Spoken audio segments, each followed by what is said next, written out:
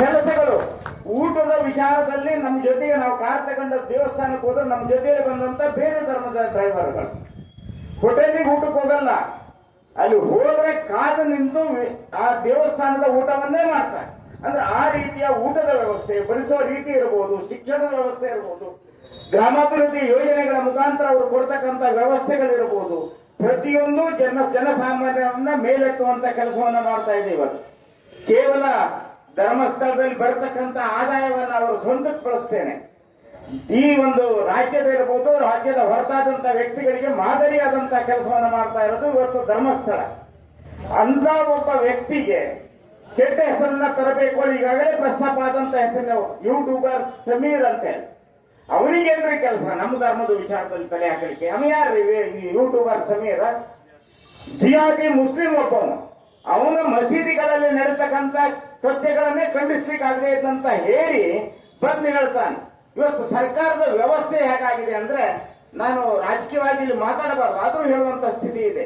ಸಿದ್ದರಾಮಯ್ಯನವರು ಕಳೆದ 5-6 ವರ್ಷಗಳ ಹಿಂದೆ ಮುಖ್ಯಮಂತ್ರಿ ಇದ್ದಂತ ಸಂದರ್ಭದಲ್ಲಿ ಈ ವಾಮವಾದಿಗಳು ನಾವೇನು ಹಾಕಿದೀವಲ್ಲ, ಆ ರೀತಿಯ ಈ ಭಗವಾನು, ಪ್ರಕಾಶ್ ರೈ, ಬೇರೆ ಬೇರೆಯವರು ಸಾಕಷ್ಟು ಜನ ಇದ್ದಾರೆ, ದ್ವಾರಕಾನಾಥ್, ಹೀಗೆ ಸಾಕಷ್ಟು ಜನ ಆ ಸಂದರ್ಭದಲ್ಲಿ ಊಟ ಹಾಕೊಂಡು ಅವರೆಲ್ಲರೂ ಹಿಂದೂ ಧರ್ಮದ ವಿರುದ್ಧ ಹೇಳಿಕೆಯನ್ನು ಕೊಡೋದು, ನಮ್ಮ ದೇವರುಗಳ ಬಗ್ಗೆ ಅಪಪ್ರಚಾರವನ್ನು ಮಾಡುವಂತ ಕೆಲಸ.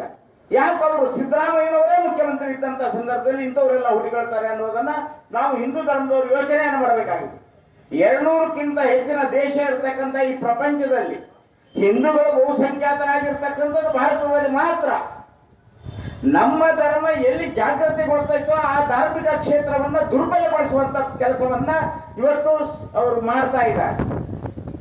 ಅವರು ದುಡ್ಡನ್ನು ಕೊಡೋದ್ರ ಮುಖಾಂತರ ಈ ಮಹೇಶ್ ಶೆಟ್ಟಿ, ತಿಮ್ರೋಡಿ ಅಂತವರಿಗೋ ಅಥವಾ ಯೂಟ್ಯೂಬರ್ ಸಮೀರ್ನೋ ಅಥವಾ ನಮ್ಮ ಗಿರೀಶ್ ಮಟ್ಟಣ್ಣನವರು, ಈ ಮನುಷ್ಯ ಒಬ್ಬ ಪೊಲೀಸ್ ಸಬ್ ಇನ್ಸ್ಪೆಕ್ಟರ್ ಆಗಿದ್ದಂತ ಮನುಷ್ಯ, ಅವನ ಅಧಿಕಾರದ ಅವಧಿಯಲ್ಲಿ ಶಾಸಕರ ಭವನಕ್ಕೆ ಬಾಂಬ್ ಬಿಟ್ಟಂತ ಮನುಷ್ಯ, ಬಾಂಬ್ ಬಿಟ್ಟು ಸಿಕ್ಕಿ ಬಿಟ್ಟು ಕೆಲಸವನ್ನು ಕಳ್ಕೊಂಡಂತ ಈ ವ್ಯಕ್ತಿಗಳು ಸಮಾಜದ ಮಧ್ಯೆ ಹೋಗಿ ಧರ್ಮಸ್ಥಳದ ಬಗ್ಗೆ ಅಪಪ್ರಚಾರವನ್ನು ಮಾಡ್ತಾ, ಆ ಕುಟುಂಬದಲ್ಲಿರ್ತಕ್ಕಂಥ ವ್ಯಕ್ತಿಗಳು ಎಲ್ಲೋ ಹೊರ ವಿದೇಶದಲ್ಲಿ ಇದ್ದವ್ರು ಬಂದು ಇಲ್ಲಿ ಅತ್ಯಾಚಾರವನ್ನ ಮಾಡಿದ್ದನ್ನ ನಾವು ನೋಡಿದ ಸಾಕ್ಷಿಗಳಿದೆ ಅಂತ ಹೇಳ್ಕೊಳ್ತಾ ಹೋಗ್ತಾರೆ.